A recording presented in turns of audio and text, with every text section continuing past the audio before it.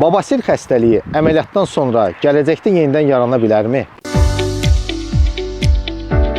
Bu xəstəlik gələcəkdə yarana bilər. Lakin bir nüansı nəzərdə saxlamaq lazımdır.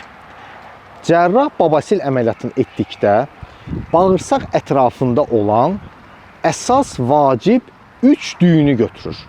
3, 7, 11 radəsində, saat sferbulatının 3, 7, 11 radəsində olan 3 ədəd əsas babasil düyünlərini.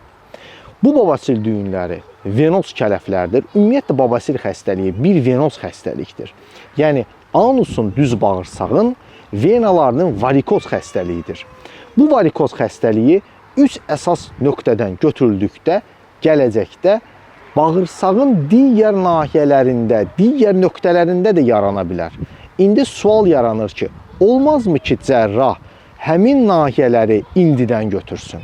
Xeyr, bağırsaq ətrafında olan dəri selikli qışa təbəqəsi vacib yerdir və bu təbəqə götürüldükdə, qabaqcadan bütövlükdə bağırsağın daralmasına, stenozuna və gələcəkdə disfunksiya, yəni bağırsaq anusun funksiyasının pozulmasına gətirib çıxara bilər.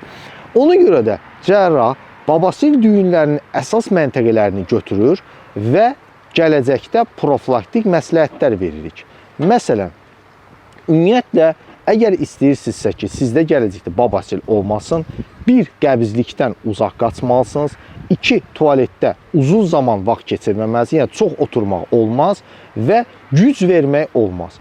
Güc verməmək üçün də çalışmalısınız ki, möhtəviyyat, bağırsaq möhtəviyyatı duru şəkildə olsun.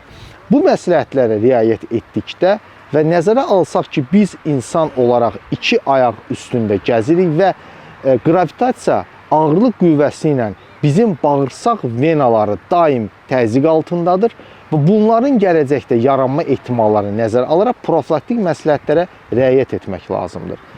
Sadəcə olaraq bilməlisiniz ki, cərrahın götürdüyü babasil düyünlərinin həmin nöqtələrindən bir daha yenidən babasil çıxmayacaq. Çıxarsa da digər nahiyələrdən çıxa bilər. Bunun da qarşısını almaq metodları sizə izah olundu.